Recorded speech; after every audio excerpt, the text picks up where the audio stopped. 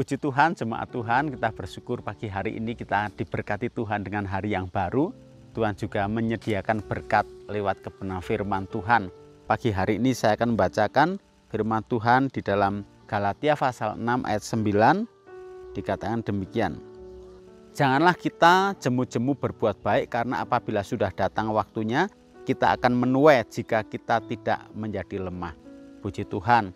Memang perbuatan baik yang kita lakukan itu bukan supaya kita diselamatkan, melainkan karena kita sudah diselamatkan, kita sudah mengalami kebaikan-kebaikan Tuhan, maka kebaikan Tuhan yang kita alami itu kita salurkan, kita tunjukkan lagi kepada semua orang.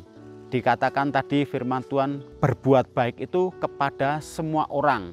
Bahkan Yesus pun mengajarkan kepada musuh pun kita harus berbuat baik. Pada orang yang jahat kita tidak boleh membalas kejahatan, tetapi kepada orang yang berbuat jahat sekalipun kita diajarkan untuk berbuat baik. Firman Tuhan juga mengajarkan kepada semua orang, itu berarti juga termasuk orang asing. Dalam Imamat pasal 19 ayat 33 dan 34 dikatakan demikian, apabila seorang asing tinggal padamu di negerimu, janganlah kamu menindas dia. Orang asing yang tinggal padamu harus sama bagimu seperti orang Israel asli dari antaramu. Kasihilah dia seperti dirimu sendiri, karena kamu juga orang asing dahulu di tanah Mesir. Jadi orang asing ini bukan satu kelompok yang harus dianiaya atau dimusuhi atau dibinasakan, dihabiskan, bukan. Tapi firman Tuhan mengajarkan untuk dikasihi seperti dirimu sendiri. Dan orang asing aja harus kita kasihi, harus kita berbuat baik kepadanya, terlebih kepada saudara seiman. Kenapa dalam Galatia 6 ayat 9 tadi ditekankan bahwa berbuat baik terutama kepada saudara seiman. Karena saudara seiman adalah satu tubuh di dalam Kristus. Saya akan bacakan di dalam Matius pasal 25 ayat 40, dan raja itu akan menjawab mereka, aku berkata kepadamu, sesungguhnya segala sesuatu yang kamu lakukan untuk salah seorang dari saudaraku yang paling hina ini, kamu telah melakukannya untuk aku.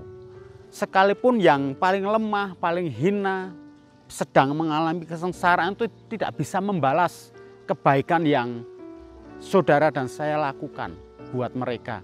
Tetapi Tuhan sendiri yang akan membalas apa yang dilakukan. Jadi seperti orang menabur pasti satu kali akan menuai.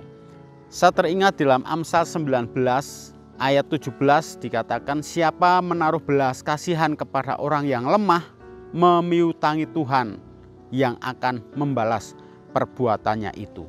Perbuatan baik yang kita lakukan untuk semua orang, terlebih orang yang lemah, orang yang hina, orang yang dalam kesengsaraan, itu sedang memiutangi Tuhan. Dan firman Tuhan tadi katakan, Tuhan yang akan membalas. Kalau Tuhan membalas pasti lebih baik balasannya. Seperti prinsip menabur dan menuai.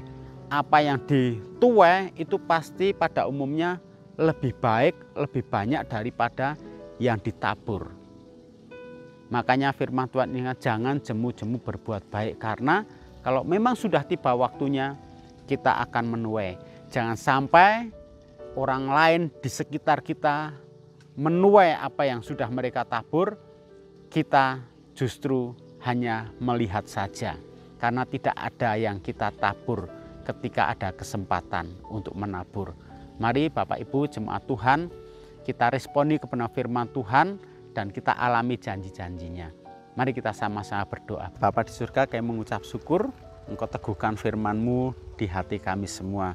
Engkau tolong kalau ada jemaat yang sedang dalam kelemahan, dalam kesusahan, Tuhan Engkau berikan jalan keluar dan pertolongan-Mu. Memberkati juga seluruh jemaat Tuhan, biar kami yang sudah mengalami kasih Kristus itu menjadi dasar untuk kami berbuat baik kepada semua orang. Berkati hidup kami, supaya hidup kami boleh menjadi berkat bagi banyak orang. orang-orang percaya dan seluruh jemaat GPDI COTW makin dikuduskan oleh firman Tuhan untuk rajin berbuat baik untuk kemuliaan nama Tuhan. Juga para tokoh bangsa, tokoh-tokoh politik, biar mereka hidup rukun, tidak saling menjatuhkan, tidak mencari-cari kesalahan, bahkan mereka lebih mengutamakan persatuan daripada perpecahan. Memberkati seluruh kegiatan-kegiatan gereja kami Tuhan. Tolong para pelayan-pelayan Tuhan, dari Bapak Ibu Gembala kami sampai mereka yang masih anak-anak sekalipun, dalam perlindungan dan berkat Tuhan. Terima kasih Tuhan, buat hari ini kami akan memasuki dan beraktivitas bersama-sama dengan Engkau di dalam nama Tuhan Yesus Kristus. Haleluya. Amin.